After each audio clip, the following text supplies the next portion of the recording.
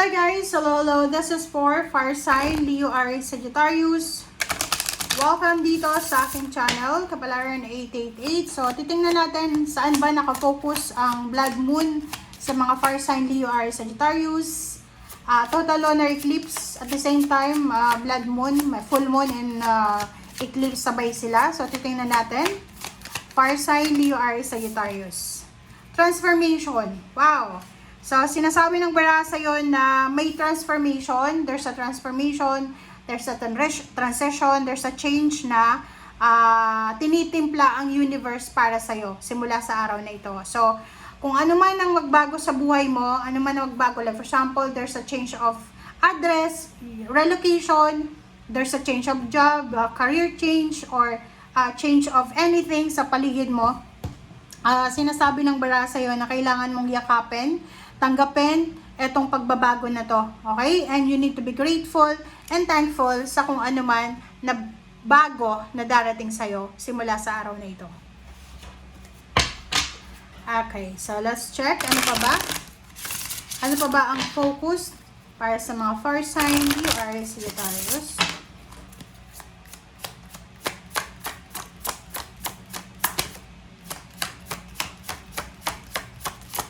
Alright. Study. Wow! So, lumabas din siya sa water sign, Pisces, Scorpion, Cancer. So, titingnan natin kasi baka you are just connected sa water sign, Pisces, Scorpion, Cancer. Okay, music. Sinasabi ng bara sa'yo dito, may mga fire sign, Leo, Aries, Sagittarius na possible kayo na magsimula kayong mag-aral ng mga musical instruments. Pwedeng sa simula ngayon na March 3, kayo ay makakapag-isip na bakit kaya hindi ako mag-aral ng gitara, ng piano, ng orkestra, parang gano'n.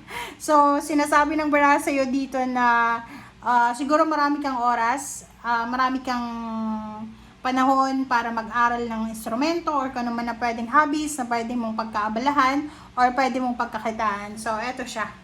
Wow, congrats.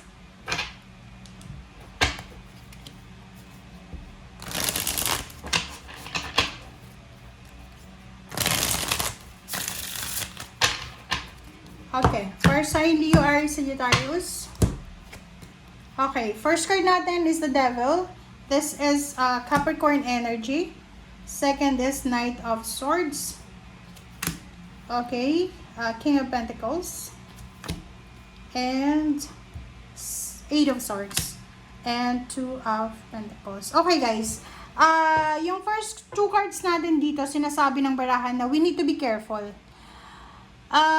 Fire sign, Leo, Aries, Sagittarius, mag-iingat ka daw simula sa araw na ito. You need to be careful. Possible ka, posible, pwedeng hindi lahat, pero especially kung if you are in a business industry, pwedeng may pera kang matatanggap, limpak-limpak na salapi.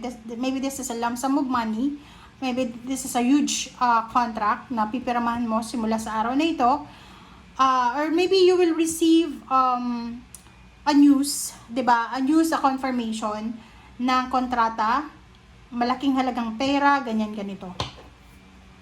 Okay.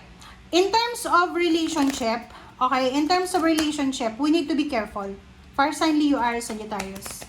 Sinasabi ng bara sa atin na mag-iingat tayo sa kung sino-sino, like are you married or in a relationship? Kasi yung blood moon na to, dito lalabas yung mga third party.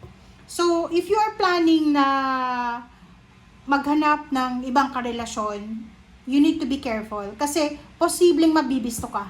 And, kung ano man na plano natin na hindi masyadong align sa universe, pwede siyang maging obstacle sa kung ano man na financial goals natin sa buhay.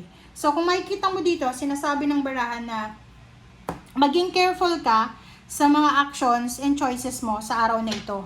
Kaya nga 'di ba, pag sinabing blood moon, minsan wag tayong gagawa ng desisyon eh. Wag tayong gagawa, especially today, wag kang gagawa ng desisyon, wag kang magbubuk ng plane ticket, ng mga bus ticket, wag kang magsiset ng date or kung ano pa man sa araw na ito kasi hindi maganda 'yon. Okay? So, dito sa barahang to, sinasabi ng baraha sa'yo na we need to be careful din kung may trabaho ka na sa ngayon. Mag-iingat ka sa mga offers na nakukuha mo outside your company or outside your job. Like, temptation lang yan. Like, maganda na yung trabaho mo, tapos makakakita ka ng mga posts sa social media, mag-a-apply ka, nag-resign ka, ayun pala is scam. So, you need to be careful. Alright, so let's clarify. Fire sign, Leo, Aries, Sagittarius.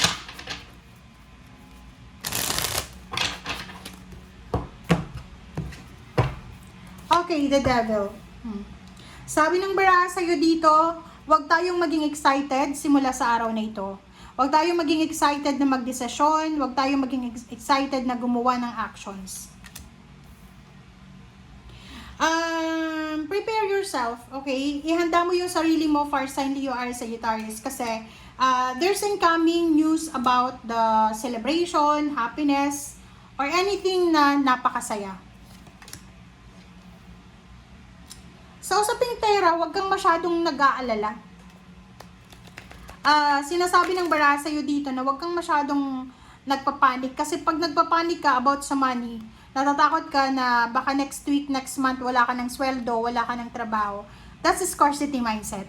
So, sinasabi ng bara, huwag kang matakot. You are the King of Pentacles. Wow! This one is literal siya. Nakikita ko sa'yo dito, fire sign Leo, Aries, Sagittarius, na there's a expected and unexpected pregnancy. So, kung ayaw mong mabuntis, alam mo na yung gagawin mo. Lalaki ka, kung ayaw mong makabuntis, huwag kang gagalaw ng babae na walang contraception. And, ang daming ideas ka, na posibleng na halt, di ba? Yung parang hindi natuloy. Marami kang inspiration, motivation na parang, bigla lang nawala. And starting today, sobra-sobra kang mamotivate.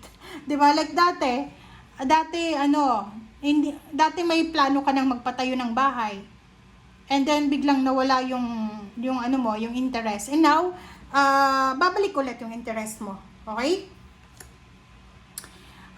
Sinasabi ng bara sa'yo dito, especially yung mga freelancer, yung mga nagtatrabaho sa transportation na fire sign Leo, Aries, Sagittarius, sinasabi sa inyo na there's a promotion, huge contract, big contract, and there's a enormous kliyente na posibleng papasok sa buhay nyo. Sinasabi na pwedeng may promotion, salary increase, there's a stability, financial stability na posibleng papasok sa buhay mo simula sa araw na ito. And yun yung isa sa mga magta-transform sa'yo is yung stability and security mo, lalo na sa paghawak ng salapi. Thank you guys. Bye!